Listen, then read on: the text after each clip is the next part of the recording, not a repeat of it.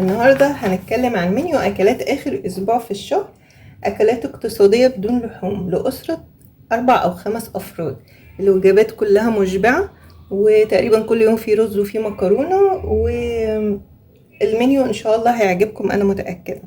عارفين إحساس آخر أسبوع في الشهر لما المصروف يكون خلص تقريبا والمحفظة فاضية؟ النهاردة هقولك إزاي أعمل ميزانية البيت وأظبط الميزانية، اعمل ميزانية التوفير بمنيو كامل اخر اسبوع في الشهر، فطار وغدا وعشاء ب50 جنيه. ايوه كده ب50 جنيه في اليوم، من غير لحمة ولا فراخ، على القد. لو اول مرة بتشوفيني فانا امنية علي ودي قناتي.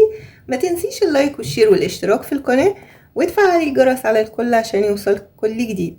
واللايك لان اللايك ده اللي بيرفع الفيديو ويخليه يوصل لاكبر عدد من الناس عشان الكل يستفيد.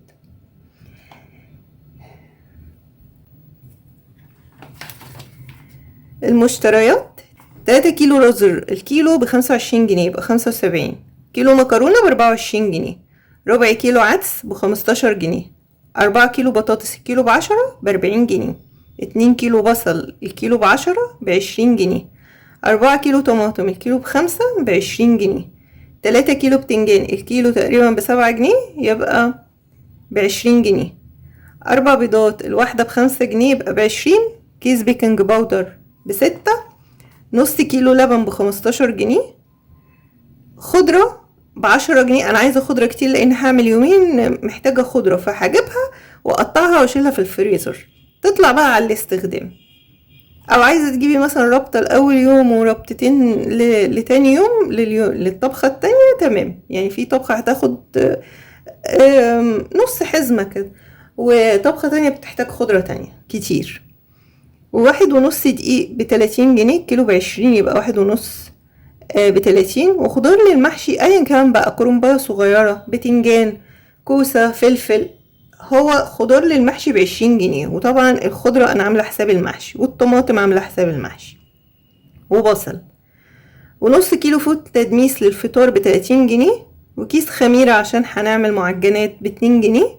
ونص كيلو فلفل عشان المسقعة ب10 جنيه. وملوخية، انا عندي الملوخية بتتباع بالربطة، وفي اماكن تانية بتتباع بالكيلو. جبت 3 ربط ب10 جنيه، هعمل ربطة ونص واشيل ربطة ونص، يبقى المجموع كله 367 جنيه. 367 على 7 يعني اليوم 52 جنيه ونص بالظبط. على ال7 ايام بواقع 52 جنيه في اليوم لأسرة 5 افراد. وهتبقى يعني الاكلات مشبعة، مليانة رز ومليانة مكرونة، اللي يقعد ياكل وطبقه مليان وهيقوم مبسوط. وفي طبيخ، وهم يومين بس 2 عيش، ومنهم يوم فيه بيض، يعني هيبقى كمان فيه بروتين. اليوم اللي فيه عيش فيه بروتين. اخر اسبوع في الشهر ممكن يكون اصعب وقت لاي بيت، عشان كده الفيديو ده مليان افكار للتوفير الصح، ميزانيات عملية هتساعدك ازاي اوفر في مصروف البيت. النهاردة هقولك على منيو اكلات اقتصادية غير مكلفة، ومنيو الاكلات اخر اسبوع في الشهر، فطار وغدا وعشاء اقتصاديين جدا، وكمان فكرة ميزانية 50 جنيه في اليوم. المشتريات اللي هجيبها اولا، ده انتي لو ما عندكيش حاجة خالص في البيت هتنزلي تجيبي الحاجة دي، عندك هتكملي على اللي عندك. اعملي جرد سريع للتلاجة والفريزر والمطبخ وشوفي ايه اللي موجود عندك واكتبيه في ورقة، واللي مش موجود كملي عليه. هقولك ازاي اخر اسبوع في الشهر والمحفظة فاضية ازاي نعيش ب50 جنيه في اليوم، فطار وغدا وعشاء، منيو كامل طول الاسبوع من غير لحمة، وكلها اكلات اقتصادية غير مكلفة. جربي المنيو اللي هقولك عليه ده ووفري من مصروف البيت. واكيد انت عندك حاجات في البيت ممكن كمان ما تكلفيش 350 جنيه للاسبوع. اول يوم هعمل صينية بطاطس ورز. صينية بطاطس هقطع شرايح البصل وفوقيها البطاطس، واعمل عصير طماطم وملح وفلفل. عندي 7 بهارات، تمام. عايزه وحطيها في الفرن. عايزه تعمليها على البوتاجاز من فوق، زودي فصين توم واعمليها بطاطس مكعبات بالرز، خطيرة جدا. وخدي بالك احنا جايبين 3 كيلو رز، عاملة 4 ايام رز، يعني اليوم كيلو الا كوباية، كيلو الا مثلا 200 جرام كده عشان تكفي ال4 ايام. حلو قوي ل5 افراد، الاسرة كلها هتقوم شبعانة.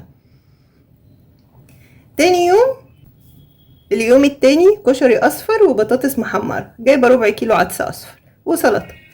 اليوم التالت عجة، انا جايبة 4 بيضات ب20 جنيه، والبيكنج باودر اللي قلتلك عليه، وخضرة، وجايبة دقيق. هعمل عجة وبطاطس محمرة، طبعا جايبة بصل وعيش. اليوم ده اول يوم عيش، يعني يومين رز ويوم عيش. اليوم الرابع بقى هعمل ملوخية. انا عندي ال3 ربط ملوخية ب10 جنيه، وفي اماكن الكيلو بتتباع بالكيلو، فانا عندي بصراحة بالربطة. فانا جبت 3 ربط، عملت ربطة ونص، وشلت ربطة ونص تخزين يعني.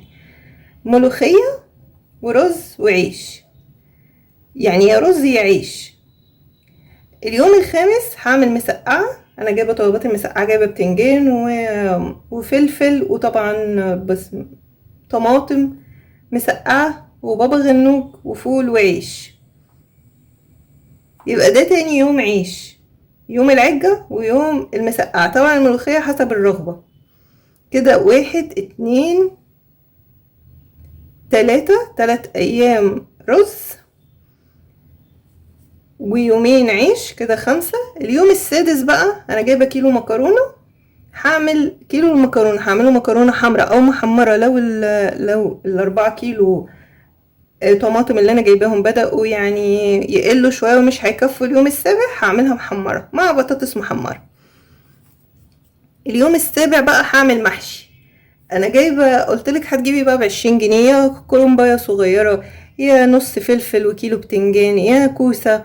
هتظبطي بقى خضار المحشي. وعندنا احنا جايبين 3 كيلو رز، عملنا يوم 2 3 4 ايام رز ويوم مكرونة ويومين بس عيش. يعني كده الغدا تمام جدا، وكمية رز كمان كبيرة وكمية مكرونة كبيرة تكفي الأسرة وتفيد. واللي يفيد قضي بيه العشاء، ما تبيتيش. ما انت عندك منيو الأكلات، ما تبيتيش، قضي بيه منيو العشاء.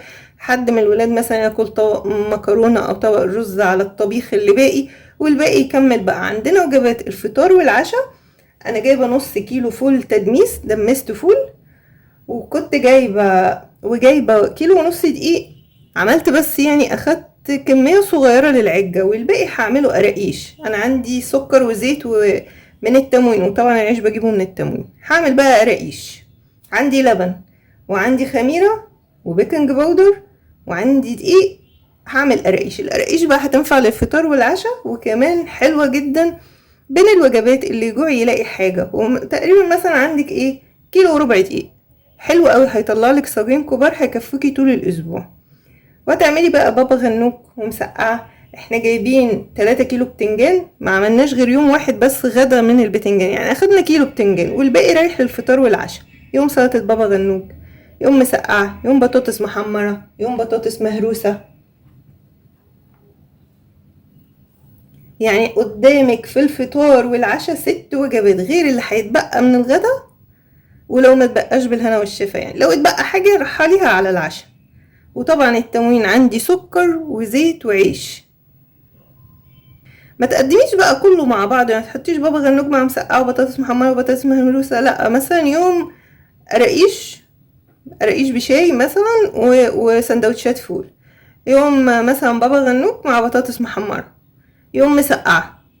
يوم بطاطس مهروسه مع فول. كده يعني نوعي عشان محدش يمل.